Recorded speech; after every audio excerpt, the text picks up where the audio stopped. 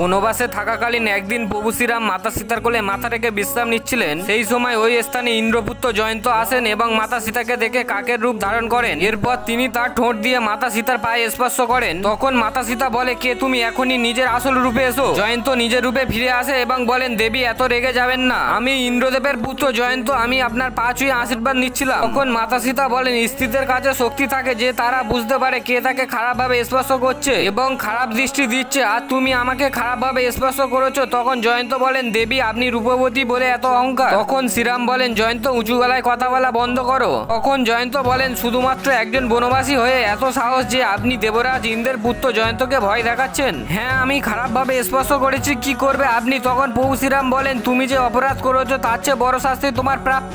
এটা বলে শ্রীরাম একটি ঘাসের টুকরো হাতে নিয়ে ব্রহ্মাস্ত্র বানিয়ে জয়ন্তর দিকে ছুড়ে দিলেন। তখন জয়ন্ত ব্রহ্মাস্ত্রের ভয়ে চারিদিকে পালিয়ে বেড়াতে থাকেন। যখন ব্রহ্মাণ্ডের কোনো জায়গায় স্থান না পায় তখন জয়ন্ত প্রভু শ্রীরামের পায়ে পড়ে হাত জোড়ো করে ক্ষমা চান আর বলেন, প্রভু আমাকে ক্ষমা করুন, কামের বশে এই ভুল করে ফেলেছি, আমি এরপর কখনো এইরকম ভুল করব না। তখন শ্রীরাম বলেন, তোমার অপরাধ ক্ষমার অযোগ্য, যেহেতু তুমি আমার শরণে এসেছো সেই জন্য আমি তোমার প্রাণ নেব না, কিন্তু যে নোংরা দৃষ্টিতে সীতাকে দেখেছো এবং স্পর্শ করেছো এর জন্য তোমার শাস্তি ভোগ করতে হবে। এরপর শ্রীরাম সেই ব্রহ্মাস্ত্র দিয়ে জয়ন্তর একটি চোখ নষ্ট করে দেন। তো বন্ধুরা, ভিডিওটি ভালো লাগলে চ্যানেলটিকে সাবস্ক্রাইব করবেন।